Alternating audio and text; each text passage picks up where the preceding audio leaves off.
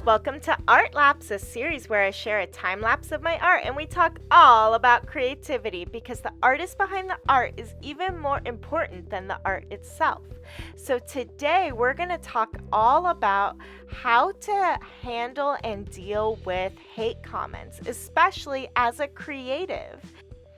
You know, when you've created something and you've poured your heart, soul, and very essence into it, and you've spent all this time nurturing it, tending to it, and it's ready to be released into the world, can be our most vulnerable moment because that's when our creation is no longer ours and we just let it loose into the world and see what happens. But the unfortunate side of that is sometimes we can expose ourselves and become vulnerable to unwarranted hate. Now, I've had my fair share of experience with dealing with haters and hate comments, unfortunately. About a year ago, I made a stupid little silly TikTok, as one does. Come on now, that is the context of the whole app. And I just got like a slew of thousands of comments hating on my voice. Thousands. People just comparing my voice, belittling it, saying how annoying it is, and just straight up insulting me. Thousands of people. And, you know, fortunately there were people who were defending me, but I sort of just let it all happen because I didn't want to engage. You don't want to engage with that kind of lower vibrational energy, if you know what I'm saying. That ain't my business, that's theirs. So that felt like a major test in sort of being seen and exposing yourself and opening yourself up and being vulnerable and seeing what happens. Now, that is sort of the thing about being a creator, is that's the nature of this reality, is duality. You're gonna receive praise. You're gonna attract people who are your people, who love your stuff, who fall in love with you, who are willing to defend you like some of these people were. But there's the other side of the coin. If you want to be seen, you're gonna experience both the light and dark reactions, and that's why you must find grounding and centering within yourself, that you have your own validation, that you see yourself, that you know your inherent worth despite the praise or the hate, that you aren't so easy to be swayed within your own being, to be affected by the waves of the up and down nature of the internet, because the internet has empowered everyone to feel emboldened, not only entitled, but emboldened and empowered to their opinions, whether it's relevant to them or not, whether they're your audience or clientele or customers or not. Some people are just going to make fun of you. And I'm here to remind you and tell you and share with you that that is not a reflection on your character, but in fact it is a projection of theirs. Do not take it personally, whether they praise or hate, because in fact it has nothing to do with you. They aren't there creating it with you. They probably don't even know you, and that's a reflection of them and their character. If they're praising you, they're a being of light. They're an awesome person, and you can thank them very much for sharing their awesome energy with you. If someone wants to spew their hate all over you, don't pay attention. Don't bat an eyelash, because guess what? Misery loves company, and that's what they're trying to do, is drag you down to their level. It ain't got not a thing to do with you, because you know what else I also learned from receiving a wave of hate is every single person who left the most atrocious comments didn't have a single video posted. That's right, people. The haters are the ones who are in hiding. They're the ones fearful. So they look at you when you stand up and you just are emboldened to share your creations with the world, they're like, how come that person ain't scared? Let me bring them down to my level and give them a reality check. But guess what? We don't live life on their terms. We don't live life according to what they want or their limiting beliefs and fears. We are free agents in our own artistry. So why would we live according to their rules and limitations? The answer is we don't.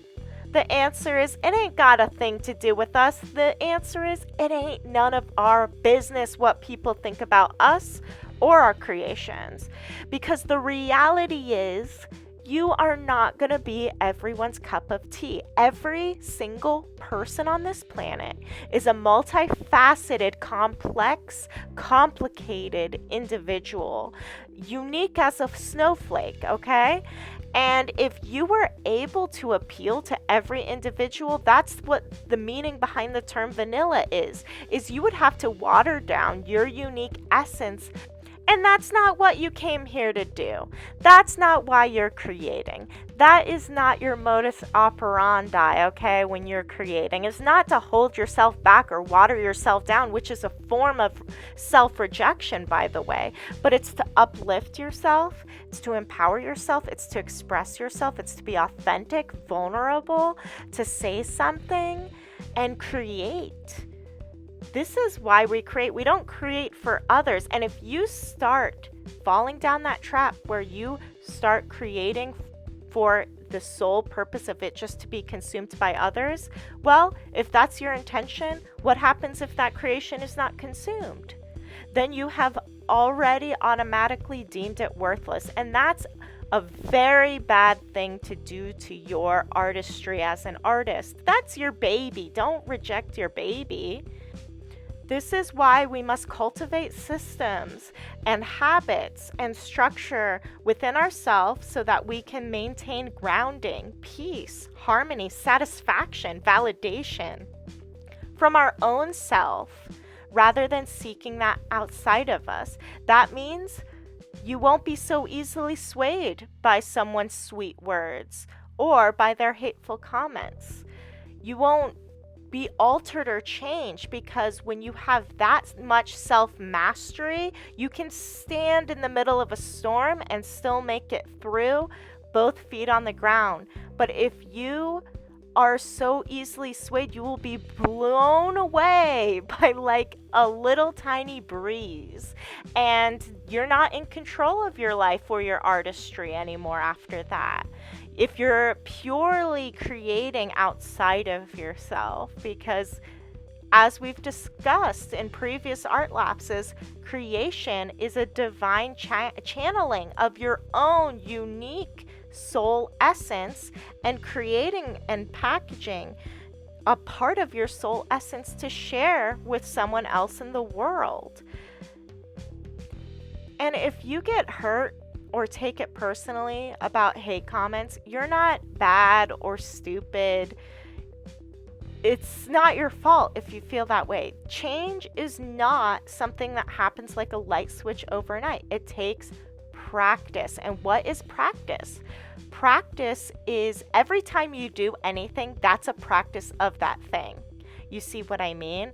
We're constantly practicing all of our habits. So if you find yourself feeling bad about someone's words about yourself, a good practice to counteract that negative voice is to empower the positive voice inside yourself to counteract what that person said. For example, when people were hating on my voice, I was like, wow, my voice is very unique. It's very triggering for some reason, but it stands out. That's something that is certain. So I'm going to use my voice then for my art. I'm going to speak my words, speak my mind, and share it. And if people find that annoying, well, that's your own fault for listening to my voice, because you're a free agent of your experience. You can move along. Please do. I have no problem with that, because my existence and experience isn't dependent on a hater's words about my voice. That's so silly. You see what I mean? And so that moment really woke me up to the freedom of being a free agent from other people's opinions, so that I can just focus on me and do what's best for me and live my life and exist and be seen and share my words and share my art despite what other people think. Because the thing is, your haters, which if you are in a public arena in any shape or form, you will inevitably run across, because like I said, that's the nature of all things, duality, good and bad. They are not your ideal audience. They are not your ideal customers. They aren't your ideal clients. They're not going to support you, so don't pay them any mind. In the words of RuPaul, if they ain't paying your bills, pay them bees no mind. And amen to those words, because honestly, it's the truth. It ain't none of your business what they think about you, especially if they're not the people who are there to support you, that you want to nurture in terms of a community. They are not your community. So let them and their rude words just move along from your life and focus your attention on the people who are there. Focus on cultivating and nurturing and giving back to a community who does show up for you in a way that is beneficial to you. And eventually the haters will move along. In my case, they surely did. You know, they said their words, they spoke their mind, and they probably went on to hate on the next person for their voice or whatever.